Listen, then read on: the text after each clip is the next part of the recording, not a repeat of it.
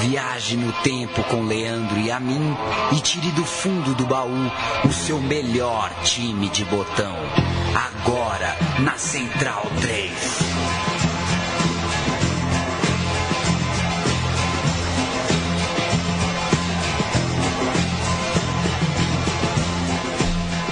O seu podcast de memórias futebolísticas também é um podcast de memórias esportivas para além do futebol. Muito bem-vindo, amigo Central 3. Eu, Leandro e a mim, estou ao lado de Paulo Júnior.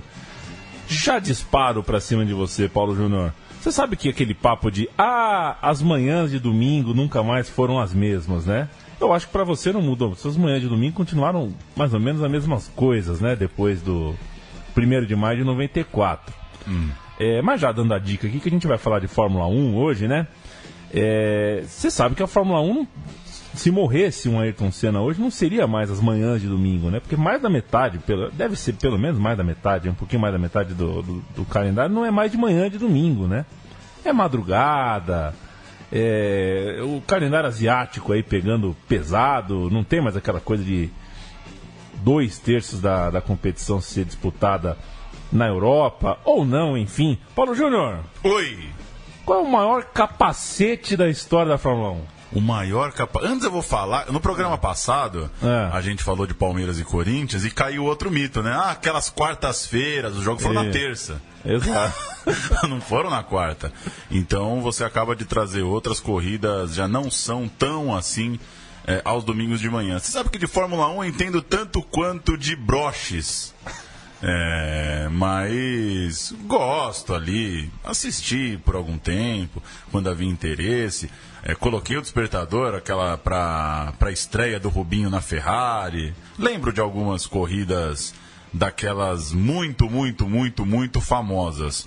De resto, eu vou deixar mais com você e com o nosso convidado. Eu não sei responder qual é o capacete mais nervoso da história dos carrinhos de corrida. Temos do outro lado do oceano e do outro lado do plasma, Rodrigo Borges, nosso parceiríssimo de longa data de Esporte Final e outros carnavais e outros guerigueres, que é um especialista, como não, em esportes como um todo, mas um entusiasta contumaz da Fórmula 1, do esporte a motor. Rodrigo Borges.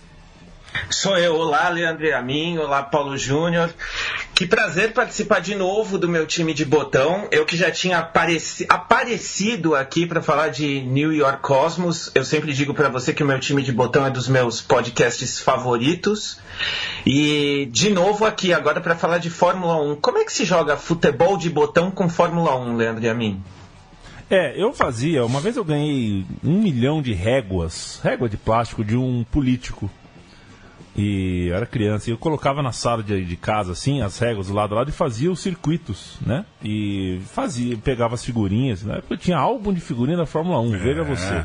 E fazia, era mais ou menos um futebol de botão de corrida ali, mas era eu que fazia, sempre ganhava quem eu queria, as ultrapassagens e tudo mais. É curioso em acervo de jornal na internet, Paulo Júnior,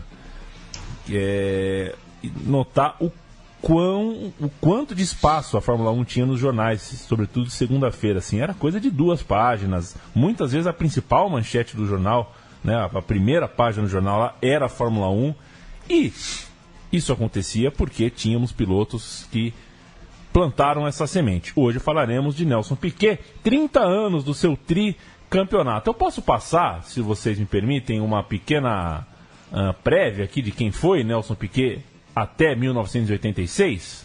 Manda. Nelson Piquet começou na Fórmula 1 em 78.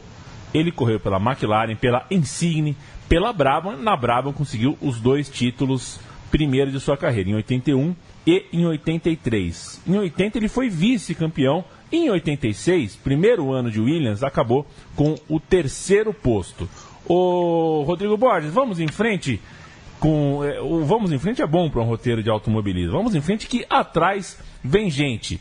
O primeiro ano do Nelson Piquet na Williams foi em 86 e foi um ano nada fácil para o futebol brasileiro, correto? É verdade, porque aquela geração que foi derrotada pela Itália na Copa do Mundo de 82, aquela derrota dolorida para a torcida brasileira, ela foi enterrada de vez, a geração, pela França 4 anos depois, nas quartas de final da Copa do Mundo do México, em 86. Aí o que aconteceu? O ceticismo tomou conta do futebol, do principal esporte do país, e colocou em xeque o futebol arte. As pessoas passaram a desacreditar no futebol arte. E aí depois, eram quase 2 décadas sem títulos, o futebol deu um espaço ainda maior para a Fórmula 1, que também há quase 2 décadas viveu um momento iluminado no Brasil. Para lembrar, o Emerson Fittipaldi tinha sido campeão em 72, em 74, e o Piquet em 81 e 83. Então o Brasil, num espaço de 72 até o ano que a gente está falando, 87... foram 15 anos com 4 títulos mundiais, né? Agora, tem uma coisa, eu vou aproveitar esse começo de programa para perguntar para o Rodrigo, que fala-se muito sobre a relação do brasileiro, você falou desse período muito vitorioso, que o brasileiro curte Fórmula 1 quando tem gente ganhando. Isso é um fenômeno exclusivamente nosso ou em outros países por aí, quando tem um piloto na parte de cima da tabela, ou no quadro de favoritos, ou com talento para tal, a galera passa a acompanhar mais, Rodrigo? Eu acho, Paulo, que não é um fenômeno, vamos dizer assim, não é um fenômeno exclusivo do Brasil, mas eu acho que no Brasil isso se multiplica. A Argentina, para falar de um país que está do lado, o argentino é muito apaixonado por esporte. É claro que se tem um argentino no esporte desempenhando bem, esse interesse aumenta, é natural isso. Mas o argentino ele é muito apaixonado por esporte. Aqui na Inglaterra, por exemplo, Wimbledon foram, se não me engano, 8 décadas sem que um tenista britânico vencesse o torneio de Wimbledon.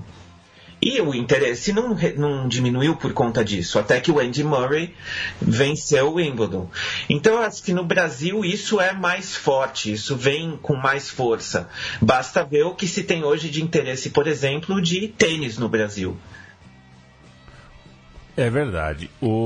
Ainda assim passa jogo de tênis, hein? Nossa. Passa bastante, inclusive. Com o talento emergente de um tal de Ayrton Senna, cada vez mais perto do topo, e um outro gênio da raça, o Nelson Piquet, que vivia ainda o seu auge, a torcida brasileira, então, adotava a Fórmula 1 naquela segunda metade dos anos 80, carregando Piquet e Senna como seus grandes heróis esportivos. Então, o meu time de botão vai ficar com cheiro de graxa na mão, vai sentir o cheiro da borracha queimada no asfalto para falar deste homem do capacete branco e marrom.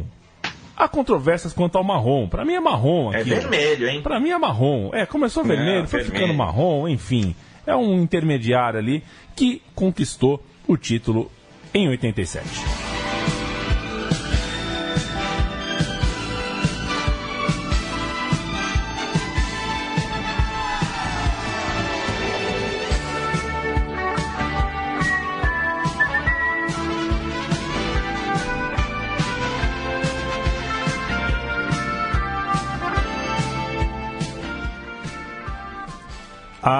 Sonzeira, hein? Isso é uma sonzeira. Você vai fazer aniversário, né? Você podia entrar pra cortar o bolo com essa música aí. Podia ser uma... mas vamos ver. Essa música ou o tema da vitória? Eu sou mais essa música. Essa música. Vamos recuar um pouquinho, porque para falar de 87 é importante que a gente volte no tempo e cite 1986 pelo seu contexto. 86 foi o ano em que Piquet fez a sua primeira temporada pela Williams, como já citado. Ele saiu da Brabham, onde foi bicampeão, e conseguiu ali, revolucionou a história daquela equipe, daquele carro. Mas foi um ano complicado, porque em março o Frank Williams, o fundador e dono do time, sofreu um grave acidente de carro que o deixou, acho que foi na França, né? Que deixou... Foi na França, né? O Frank acabou ficando tetraplégico e, por causa do acidente, do tratamento pós-acidente, ele ficou afastado da equipe. Num ano de ânimos abalados por causa da tragédia, a Williams, então, perdeu o título, mesmo tendo o melhor carro do grid. Alain Prost, francês que guiava pela McLaren, ficou com a taça ao superar o Piquet e o seu companheiro de equipe, Nigel Mansell. A dupla da Williams dividiu entre si muitos dos pontos e acabou abrindo caminho para Prost e fechou o ano com 72, 2 a mais que o Mansell, 3 a mais que o Piquet. Prost bicampeão, portanto, né, Rodrigo? Essa história ela não poderia se repetir em 87, porque foi um vexame em 86. A Williams tinha total condição de ganhar o título. E a política da Williams, isso ao longo dos tempos se repetiu, nunca foi de dar ordens de equipe, de eleger um primeiro piloto, de dar prioridade a um piloto. Mas o Mansell tinha claramente uma preferência dentro do time, já que o piloto e a equipe eram ingleses. O Mansell era um piloto menos experiente que o Piquet, era um talento não emergente, mas assim, já era um cara mais jovem, consolidado como ídolo na Inglaterra. E a maior parte dos funcionários da equipe eram ingleses, equipe inglesa, e o Piquet teria então pela frente essa missão de conquistar a sua equipe de mecânicos e engenheiros e lutar internamente para não ser jogado para um papel secundário. E para isso ele se valeu não só do talento, que ele tinha mais talento como piloto do que o Mansell, mas nós vamos ouvir, acho que nós temos o áudio para ouvir o próprio Piquet falando a respeito no Linha de Chegada, que é um extinto programa, acho que não tem mais programa de Sport TV, ele entrevistado pelo Reginaldo Leme falando a respeito. O Regi? É difícil morar fora, né, Paulo? Porque você não sabe mais que programa tá extinto mesmo. Pois é, ele nem sabe que o Faustão foi pro sábado, né? Tá sabendo? E tá no SBT, é isso? É, rapaz, o tempo passa. Fala, Piquet! O meu campeonato mais difícil, sem dúvida, foi o último, porque eu assinei um contrato com o Frank.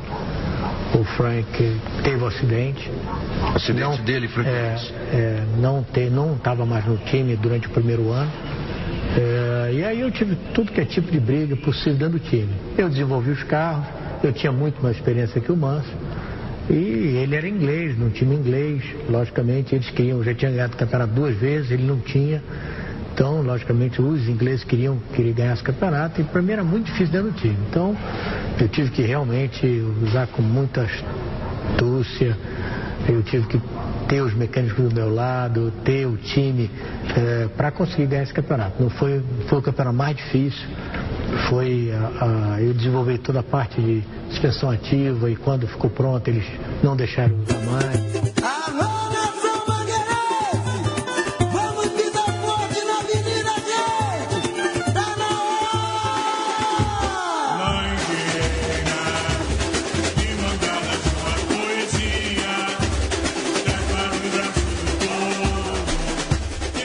Você ia gostar, viu, Paulo Júnior? Você que é um homem tão apegado às letras. O Samba da Mangueira, de 87, campeã do Carnaval do Rio de Janeiro, colocou na avenida o Reino das Palavras de Carlos Drummond de Andrade.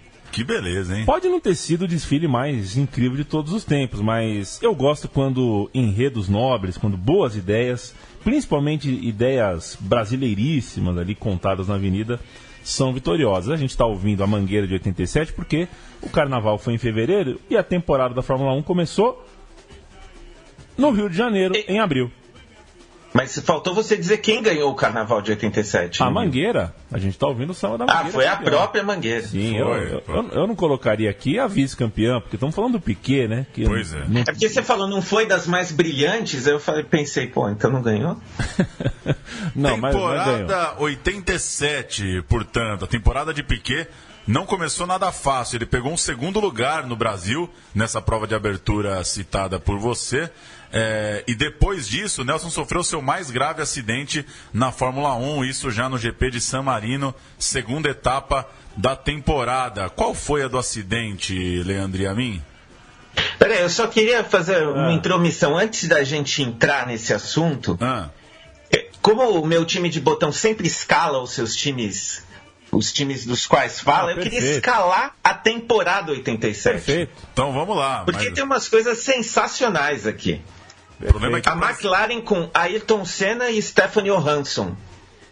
A Williams com Nelson Piquet e Nigel Mansell, evidentemente. A Ferrari com Gerhard Berger e Michele Alboreto. A Benetton com Thierry Boutsen e Theo Fabi. Onde está Theo Fabi? Lotus Honda com Ayrton Senna e Satoru Nakajima. Zack Speed, quem lembra da Zack Speed com Christian Danner e Martin Brundle? Martin Brundle, que foi o grande rival do Senna na Fórmula 3 inglesa. Tyrrell Ford com Jonathan Palmer, que é pai do Jolyon Palmer, que hoje corre na Fórmula 1, e Philip Strafe. AGS Pascal Fabre, que eu não sei se é Fabre, mas eu achei bonito falar Fabre, e eu não tenho ideia de quem é essa pessoa, eu não lembro dele. A Arrows de Ed Sheever, Derek Warwick e tanta gente. A Brabham de Ricardo Patrese e Andrea De Cesaris, o maior destruidor de carros da história. Ozella Alfa Romeo de Alex Caffi. Minardi Motori Moderni com Alessandro Nannini e Adrian Campos. E Mart Ford com Ivan Capelli. Ô, Rodrigo, é verdade que se... Pascal Fabre. É Pascal Fabre, né? 9 de janeiro de 60 em Lyon. É um ex-piloto francês e não tem mais características que valham um Wikipedia. A gente discute... Eu só não pergunto que fim levou o Pascal Fabre, porque eu nem lembrava da existência dele, então... A gente discute muito aqui, né, nos programas, Rodrigo, quando que a gente usa o sobrenome e quando que não. Pois é. Mas o Roberto Moreno eleva a questão, né, porque ele conseguiu, tal qual Lula, e pouquíssimos, né, ele colocou o sobrenome no meio ali. Quem faz entrevista de emprego num site de automobilismo e escreve Roberto Moreno, vírgula, o Pupo, tá fora. Tá fora, né? Roberto... Tá fora. É Roberto Pupo Moreno. E outra coisa boa de escalar a equipe de Fórmula 1 e não esses times absurdos que a gente lembra é que você não é traído pelo ponto e vírgula, né? Porque às vezes aumenta uns 3-5-2 aqui nos times dos anos 60 e assim, não tem o treineiro, né, pra falar como é que o time jogava. Aqui não tem erro. E vocês sabem que sobre o Roberto Moreno, uma vez eu estava trabalhando num GP de Fórmula Indy, o Moreno estava correndo, e aí juntou ali um grupo de jornalistas, era em Jacarepaguá, o GP, a corrida de Fórmula Indy no Brasil, um grupo de jornalistas em volta do Roberto Moreno para perguntar como é que foi o treino, não lembro se o treino, a corrida, e sempre tem aqueles jornalistas que, claro, caem de paraquedas ali, a redação manda cobrir, porque é no Brasil e não entende muito do assunto. E uma menina, uma repórter, tentou fazer aquela pergunta diferente e falou: esse apelido vem de onde? Aí ele falou assim, ele olhou pra ela com uma cara estranha e falou: qual o apelido? Ela falou: Moreno. Ele falou: no caso é o meu sobrenome mesmo. O apelido é o Pupo. Brincadeira, hein? Bom, ficou para trás aqui o primeiro GP de Jacarepaguá, o que aconteceu. Prost, que inclusive sempre foi muito bem nos GPs brasileiros, venceu. E o Piquet ficou em segundo. A segunda prova, o GP de San Marino, eu vou tomar licença aqui e meter mais Globo. Próximo domingo, o segundo grande desafio da temporada 87 de Fórmula 1. Mais uma prova de técnica, coragem e alta velocidade. Grande Prêmio de San Marino de Fórmula 1. Ao vivo, direto do Autódromo de Imola. Exclusivo. Próximo domingo, 9h30 da manhã. Oferecimento do seu posto Esso na Fórmula 1 com você. Eu quis deixar também a propaganda da ESSO só por um capricho. E por quê, né? Vai que pinga, né? Mas a gente deixou o buraco do acidente na mesma curva Tamburello, onde morreria Ayrton Senna anos depois, em 94. O Piquet, lá ele bateu durante o treino, ficou impedido de disputar a prova no dia seguinte. E hoje o Nelson diz que depois daquele acidente nunca mais foi o mesmo piloto. Segundo as próprias palavras do Nelson, ele perdeu profundidade na visão e nunca contou isso, nunca revelou isso aos médicos da Fórmula 1, ou acabaria sendo impedido de correr, suas chances de ser tricampeão naquele ano chegariam ao fim. O Piquet diz também que teve que passar a ler as placas que indicam a distância de freada, o que nunca havia feito antes. E assim, né, Leandro e a mim, pelo menos alguém leu as placas, né, da freada, né? Valeu para alguma coisa. Brincadeira, mas é isso, é uma boa história de como o Piquet precisou superar um problema, não vou dizer absurdamente grave, porque, claro, ele continuou correndo, mas um problema relevante para alguém que precisa ter reflexo e precisa estar muito atento no que faz. 7 anos antes do Ayrton Senna, na mesma curva, no mesmo GP, sofreu um acidente que lhe foi fatal. Rodrigo Borges. E basta lembrar que também é importante, na verdade, lembrar que 2 anos depois do acidente do Piquet, e obviamente antes da morte do Senna, o Gerhard Berger ele bateu na mesma curva Tamburello. Ele era piloto da Ferrari, a Ferrari pegou fogo, ele estava preso no carro, não conseguia sair, teve queimadura nas mãos. Então uma curva que já tinha feito 2 vítimas antes do Senna, né? Uma curva que até quem não conhece de Fórmula 1 aqui no Brasil sabe dizer o nome, sabe até quantos graus tem a curva, que é uma curva meio não curva, né? Lembra quando o Galvão chamou a curva, com razão, inclusive, o grid de largada de Mônaco, ele falou que a curva era reta, né? Que era uma reta curva, e é mesmo, né? Fazer o quê? Porque é reta dos boxes, mas é uma curva. Se você for reto, você não chega no fim dela. Enfim, ainda sofrendo os efeitos do forte acidente de Imola, o Piquet conseguiu o 2º lugar no grid do GP da Bélgica, a 3ª da temporada. Mas ali ficavam claras as sequelas do acidente. Ele foi 1 segundo e 3 décimos mais lento que o seu companheiro Mansell. Para uma comparação, no Brasil, o Piquet fez a pole position com quase meio segundo de vantagem para o piloto inglês. E o Nelson Piquet vai falar um pouquinho mais aqui com a gente sobre essa questão, a questão da sequela, a questão da confiança, enfim. O que atrapalha quando você toma uma chapuletada como ele tomou em San Marino. O Mansell ficou famoso porque era mais rápido que eu e tudo, mas no primeiro ano ele não era mais rápido que eu. Mas aí foi melhorando, eu fazia exame cada 15 dias, fui melhorando, a profundidade, fui melhorando, aí no fim do ano já estava praticamente bom, e eu já estava disputando de igual para igual. Você escondeu essa falta de visão de profundidade para não ser impedido de correr? De correr. Então eu já comecei a olhar placa, que eu nunca olhei placa na minha vida de distância de freada, isso, aquilo, e eu realmente era 1 segundo mais lento do que eu era, mas... E acho também que depois disso eu nunca voltei o que eu era como piloto, entende? Me atrapalhou muito. Tá aí admitindo, né? Anos depois, e o momento do Piquet, a época, depois de 3 corridas, era delicado, sem condições físicas ideais, como ele próprio relata anos mais tarde.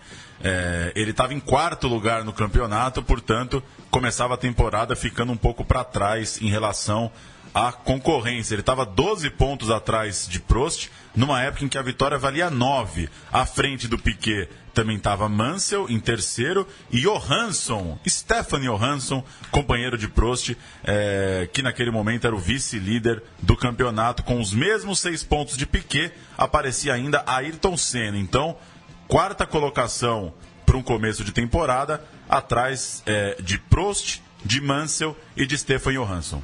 E no 4º GP, Rodrigão? Bom, no 4º Grande Prêmio, que começou a mudança, a virada da sorte, não só para o Piquet, mas também para o Senna. Foram 2 dobradinhas seguidas, as 2 com vitória do Senna, em Mônaco e em Detroit. Foi, aliás, a primeira vitória do Senna, que ficou muito conhecido pela sua habilidade de guiar em Mônaco.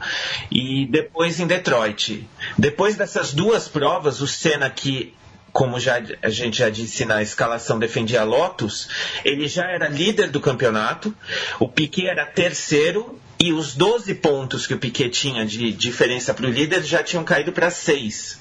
E entre eles aparecia o Prost. Então, Senna já era líder do campeonato, Prost em 2º e o Piquet 6 pontos atrás do líder.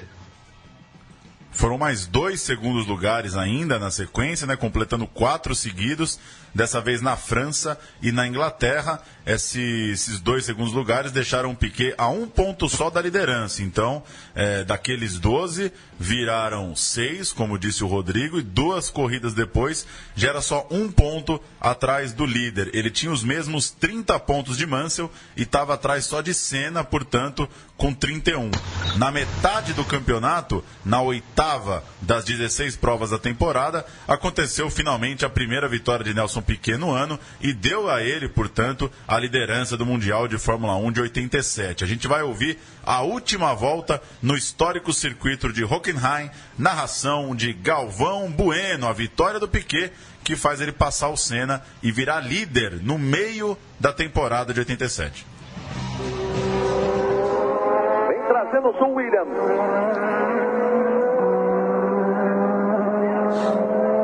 Ele vai na última grande reta do circuito de Hockenheim. Aí com cuidado, freia, muda a marcha, puxa para a direita, entra pelo estádio. São 3 curvas apenas separando o Nelson Piquet da vitória. Aí vem Nelson Piquet, faz a grande curva à esquerda, vem com cuidado devagarinho. Aí Piquet para contornar o F. Aí vem Nelson Piquet, aí vem o Brasil na ponta no Grande Prêmio da Alemanha. Vai apontar na reta Nelson Piquet. O diretor de prova já está aguardando o brasileiro para lhe dar a bandeirada. É a festa do Brasil, é a festa de Piquet. Nelson Piquet do Brasil. Nelson Piquet do Brasil vence na Alemanha. A vitória de Nelson Piquet no Grande Prêmio da Alemanha em Hockenheim. Nelson Piquet assume a liderança do Campeonato Mundial de Fórmula 1 em 1987. Nelson Piquet finalmente a vitória na temporada de 87. Outra vez o Brasil à frente na Fórmula 1. Nelson Piquet.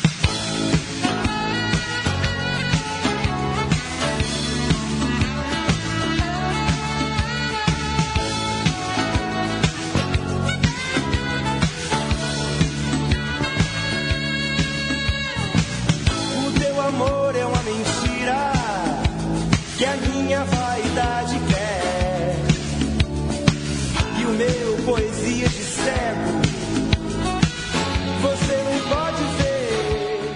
Cazuza, o Nosso Amor a Gente Inventa do Cazuza foi a música mais tocada nesta República Federativa em 1987. E viva Walter Carvalho, hein, o maior fotógrafo de cinema do Brasil, que dirigiu o filme do Cazuza, um filmaço. É um bom filme. É um filmaço. É um bom filme. Evidentemente existem os detratores que aumentam demais, superlativizam o que há para ser criticado. Mas a crítica é feita... a crítica não é para desabilitar o filme inteiro. Não. Tem um podcast é bom. aqui na Central 3, na Central Cine Brasil, que a gente fala assim, né? Quando alguém fala, pô, mas o filme podia ter feito isso. Aí fala, esse é outro filme. Tomara que um dia alguém faça, mas não é do que a gente tá falando.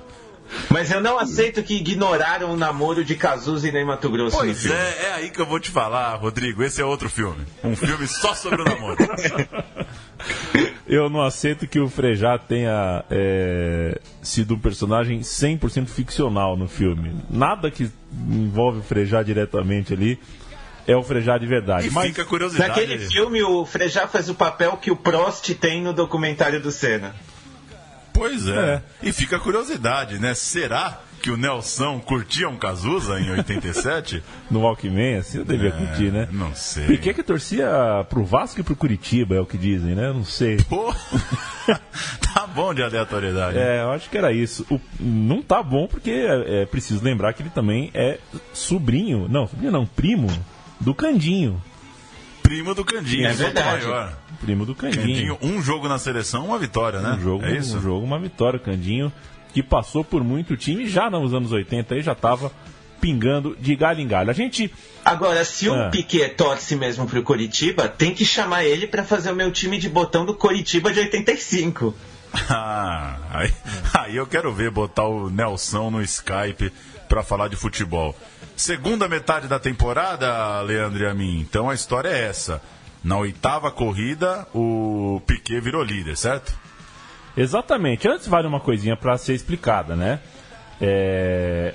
A gente vai falar do Patrick Reed, que é o cara que meio que tomou a frente ali depois que o Frank Williams sofreu o acidente. E o Patrick Reed, na versão do Piquet, e é uma versão bastante confiável, era um dos principais influentes aí para o Piquet perder espaço e para o Mansell ganhar espaço dentro da equipe. E na Alemanha explodiu de vez essa briga interna, como você bem disse, Paulo, porque aconteceu uma parada no pit stop do Piquet antes do Mansell. E o brasileiro diz que foi até xingado pelo rádio, pelo então dono da equipe, ali, pelo líder, o Patrick Head. O cara era o cabeça da equipe e chamava Patrick Head. Veja você.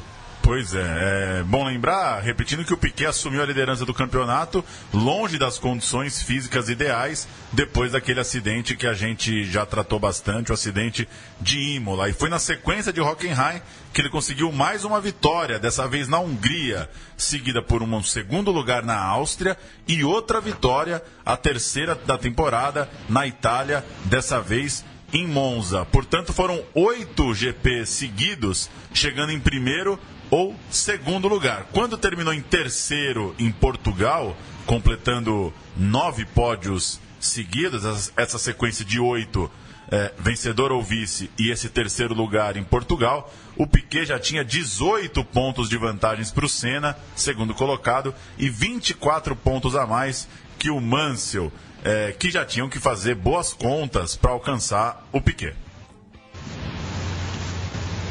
Aí o campeonato que, ouvindo isso que o Paulo falou, o campeonato, não teve emoção nenhuma.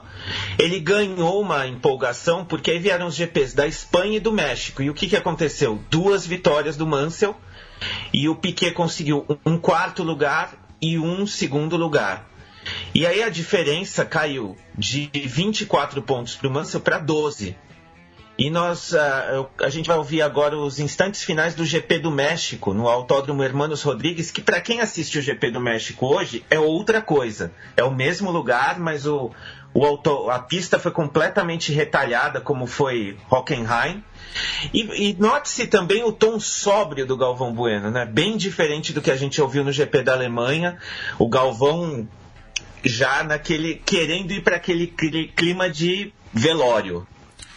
Eu tenho um tio que foi à Cidade do México e comprou um boné Ódio Eterno a Hermanos Rodrigues moderno. Não suporta a pista nova, assim como o Rodrigo Borges, que desdenhou aí do novo traçado no seu comentário. Virou arena. Aí você vai ver no Nigel Mansell.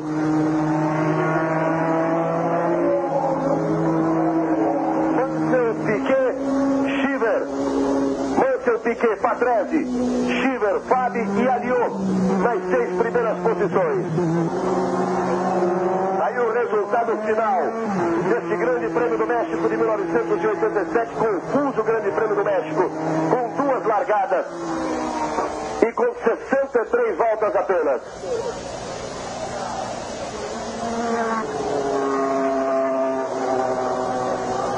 Aí você vai ver no Nigel Mansell. O tempo de corrida, repare, 1h 26, 24 minutos, 207. A corrida do último ano durou 1h 33. Mansell, Piquet, Patrese, Shiver, Fabi e Aliot. Se nós somarmos aí o tempo de paralisação, teremos 2 horas. Mas não pode ser, evidentemente, contado o tempo de paralisação num regulamento que diz tantas voltas ou 2 horas. Com 63 voltas, terminado o Grande Prêmio do México. E a festa de uma equipe pequena. Enquanto muitos pensam no título, muitos choram o título perdido, outros aguardam a emoção de uma conquista, uma equipe pequena comemorou o 6º lugar de Felipe Aliot, pontuando. Aí você vai vendo Nelson Piquet parado, Nigel Mansell chegando. Então confira que nós tivemos Mansell com 63 voltas. Aí a classificação do campeonato: Piquet 73, Mansell 61, com 2 na briga.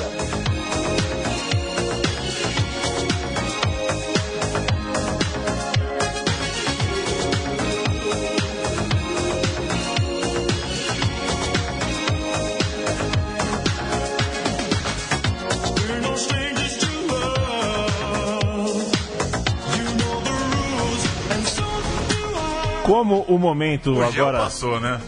Passou. A moda do gel passou, o gel né? tá por fora. Não é possível, cara. Estamos ouvindo Rick Astley, Never Gonna Give You Up, que era a música número 1 na Inglaterra. Já que agora, nesse momento, quem tá por cima da carne seca é o Mansell na história, vamos ouvir a música número 1 aí.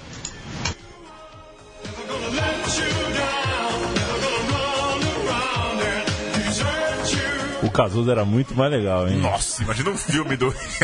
Mas a gente falou do Autódromo Hermanos Rodrigues, Rodrigo Borges.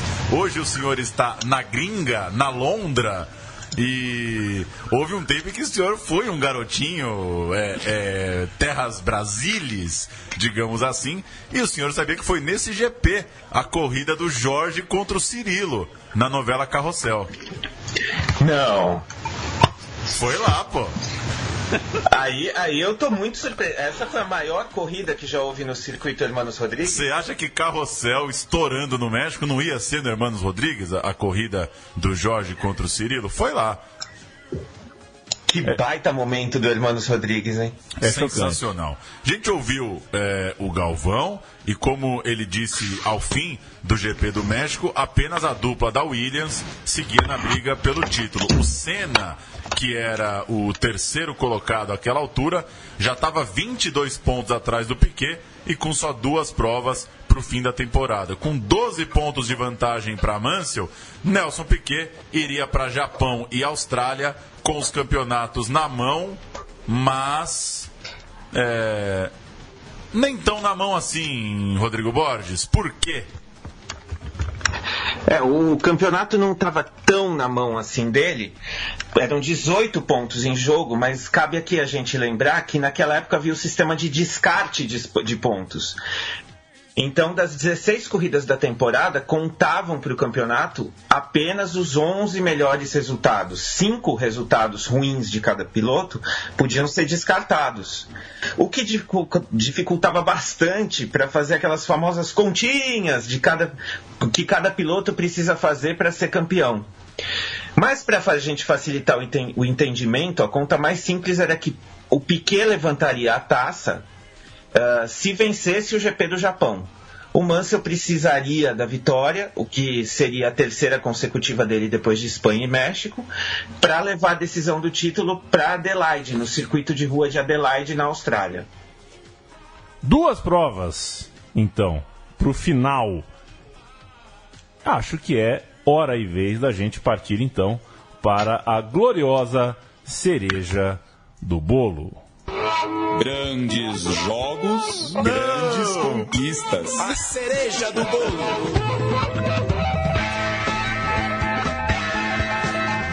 Sempre lembrando, claro. Grandes jogos não, pô. Não deu pra gente fazer uma vinheta só pro programa de hoje. Sempre lembrando que essa guitarrinha que você tá ouvindo aqui, ó, é o George Harrison. Sim, senhores. Tem o prêmio do Japão e o prêmio da Austrália. O Grande Prêmio do Japão e o da Austrália. 2 GPs que contradizem a história as manhãs de domingo. Os caras foram campeão, tudo foi de madrugada mesmo. Pois é. Aliás, você sabe, Leandro e a mim, o nosso colega, nosso amigo Thiago Arantes, uma vez fez o levantamento sobre essa questão da alegria nas manhãs de domingo. A maior parte das vitórias do Senna não aconteceu de manhã. Ou foi na madrugada, ou então em alguns GPs como Canadá e Estados Unidos foi à tarde. Mas aí que tá, a comemoração era de manhã, que a macarronada não sai na madrugada, né, Belo? Eu acho que tem cinza aí, viu, Rodrigo Borges? Só para o seu chato da história. Mas Estados Unidos e Canadá, que é depois do almoço, comemorava o quê? No Fantástico? Mas aí tem aquela galera que almoça lá pelas 4, né? Enfim, tô te enchendo, são bons mitos. Do automobilismo no Brasil. Cereja do bolo, no fim das contas, a emoção que se previa para a corrida japonesa em Suzuka acabou não rolando. No treino oficial de sábado, o Mansell sofreu um forte acidente na curva 2 do circuito, foi levado ao hospital e acabou impedido de correr não apenas no Japão, mas também na prova de encerramento do campeonato, na Austrália.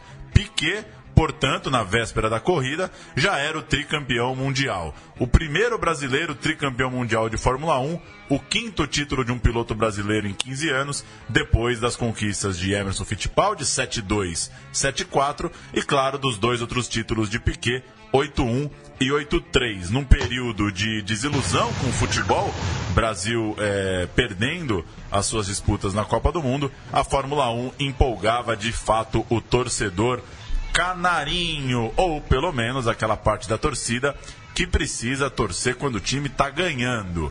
Esses tiveram um período para curtir Fórmula 1.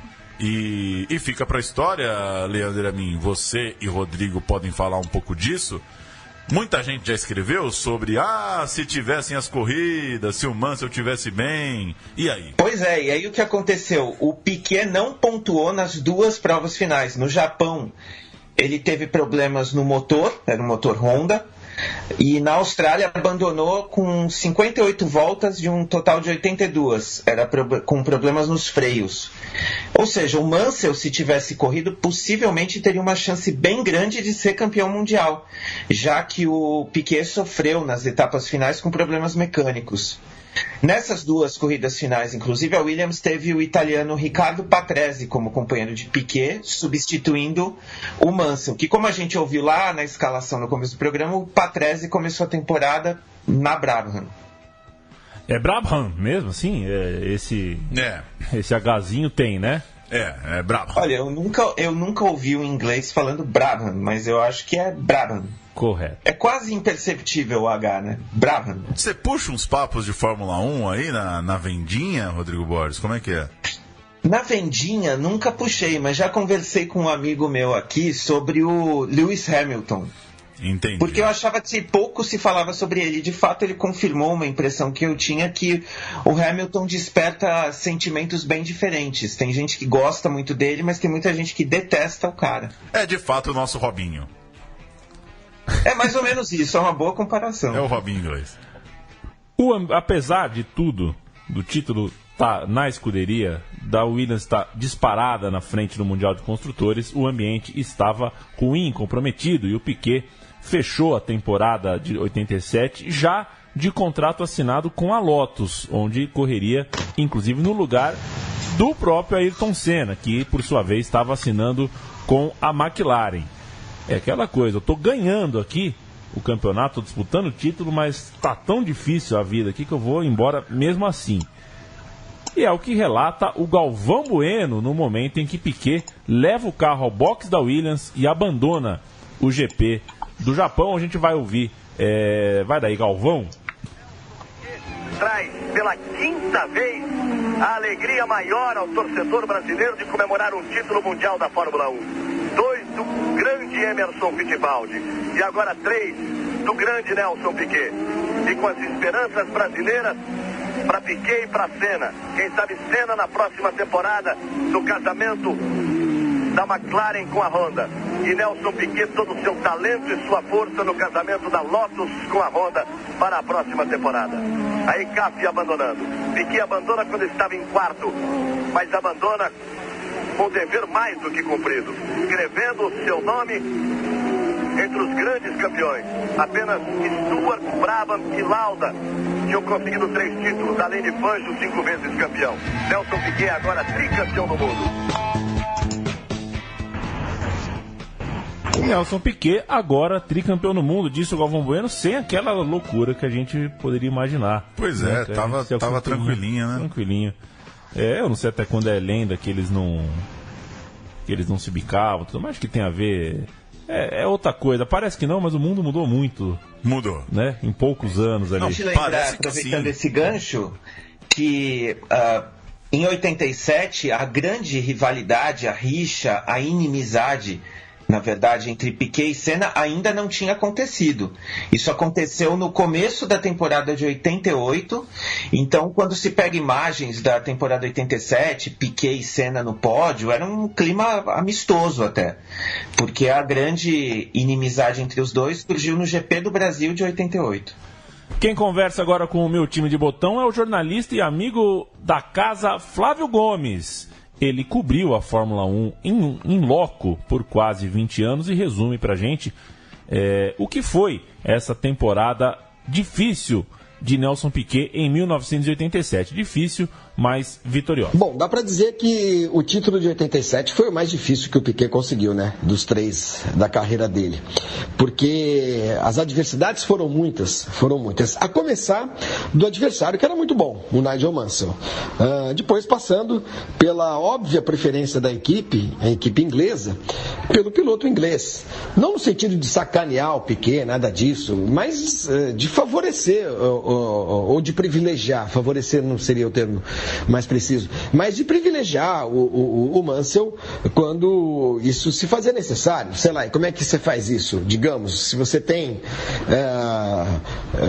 4 mecânicos que são capazes de trocar os pneus mais rápido do que outros 4, você pega esses 4 e bota no seu primeiro piloto, no caso o Nigel Mansell. E depois a Williams estava meio sem comando naquela ocasião, porque o grande amigo do Piquet, o Frank Williams, tinha sofrido um acidente em 86, ficou paraplégico e estava meio fora de combate. Quer dizer, o grande apoio do Nelson dentro da equipe ele não teve em 87. E aí, para piorar as coisas, sofreu o acidente, ele, Piquet, no Grande Prêmio de San Marino em Imola, uma pancada muito forte que hoje tiraria o Piquet do resto do campeonato, né? Se fosse submetido naquela época a um exame médico, clínico, rigoroso, o Piquet não voltaria a correr. Ele mesmo admite que passou aquele resto de ano com dificuldades, sei lá, de reflexo, de profundidade, de um monte de coisa, dores de cabeça, enfim, uma porção de coisa que acabou afetando a sua pilotagem durante bastante tempo, durante alguns meses.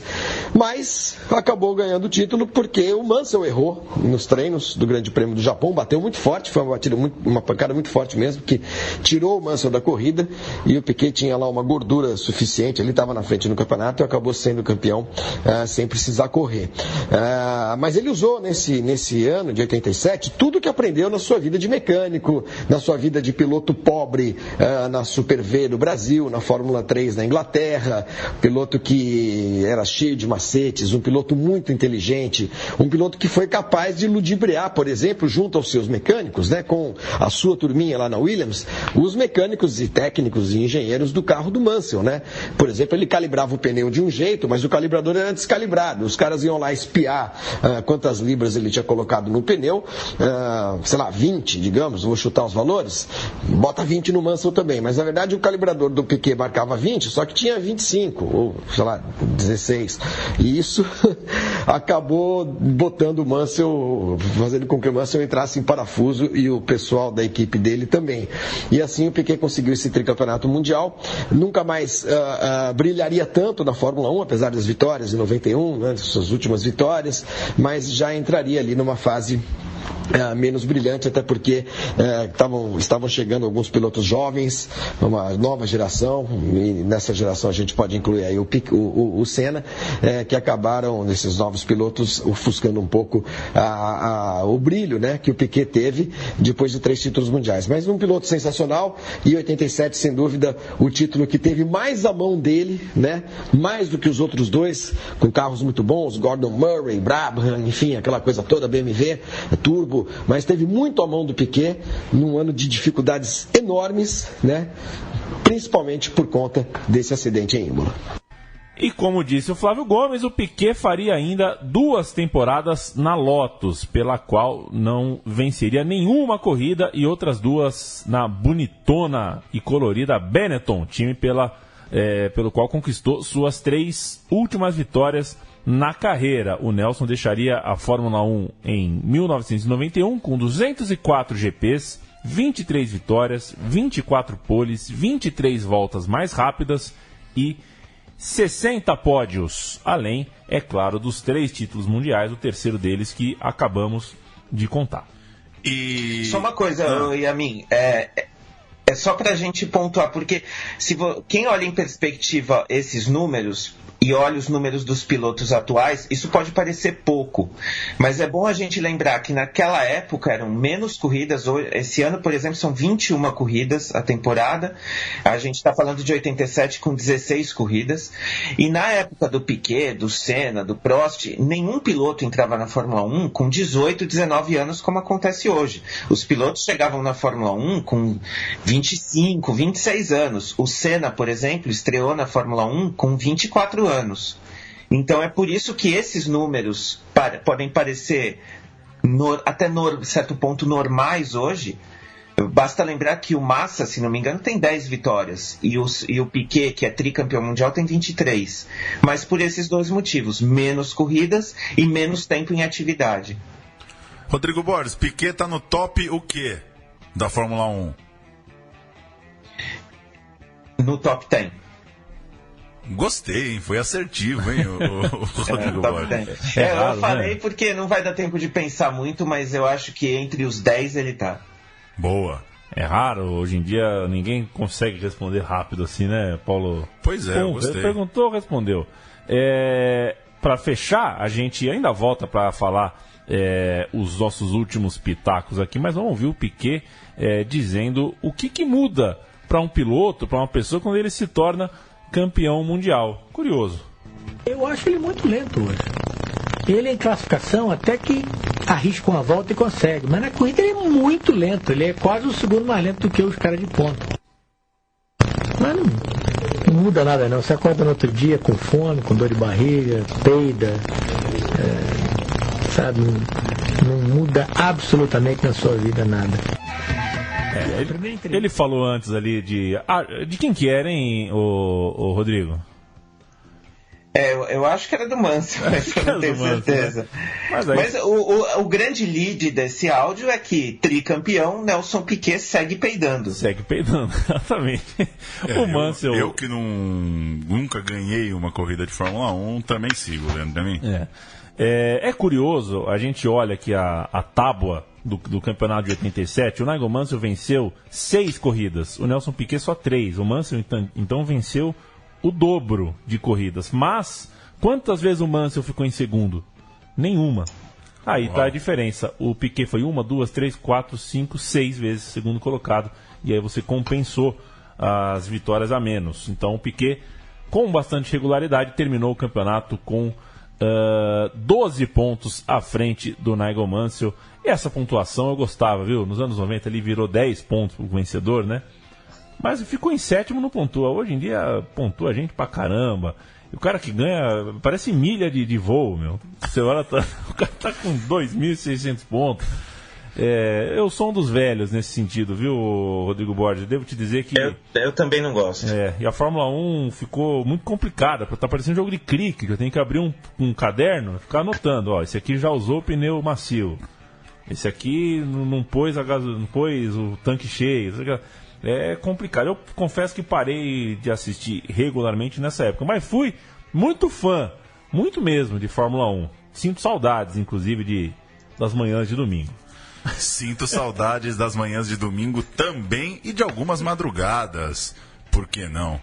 Valeu, Rodrigo E um Borges. grande abraço pro Thierry Boutsen, dono do capacete mais bonito de todos os tempos. Se quem tá ouvindo a gente nunca viu, procure saber.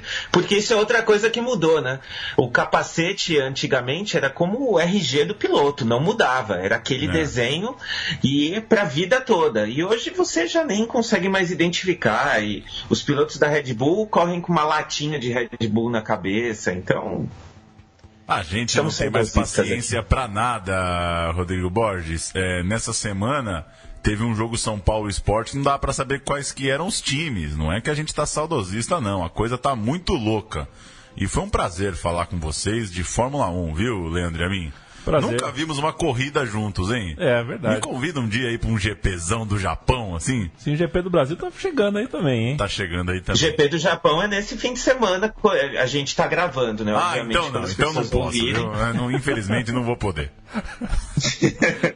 Perfeito. Pô, vai ser no meu aniversário, hein? Que loucura. GP o do Brasil? Japão. Não, do Japão. O do Japão. Ó, que coisa maravilhosa. Que coisa incrível. Um abraço a todos os entusiastas do automobilismo, do esporte a motor. Obrigado ao Flavinho Gomes, que nos presenteou com um áudio explicando sobre o Piquet. Mas, principalmente, muito obrigado ao Rodrigo Borges pela ideia, pela realização, pela execução do roteiro, pela pesquisa e, por que não, por ser um dos fundadores da torcida Testemunhas de Piquet, que começou e acabou no mesmo GP, né? Um GP em Silverstone, alguns anos atrás. Eles levaram a faixa, choveu, a faixa saiu a tinta, frustrados, envergonhados, humilhados. Há quantos anos? Coisa de 5, 6 anos, não sei direito. 6 anos, né? Acabaram, a torcida acabou, né? Até porque o Piquet também não estava lá, então não adiantou muito, foi um pouco fora do momento. E eles não conseguiram o tiquezinho na conta do Twitter, né? Aí deu uma desmotivada, não foi, né? Não parecia oficial. Quem será que vai ser conta verificada no Twitter primeiro? Eu, você ou o Rodrigo Borges? Rodrigo Borges, né? Quando lançar a biografia Piquezadas, o que eu vi daqui uns aninhos em Sorro.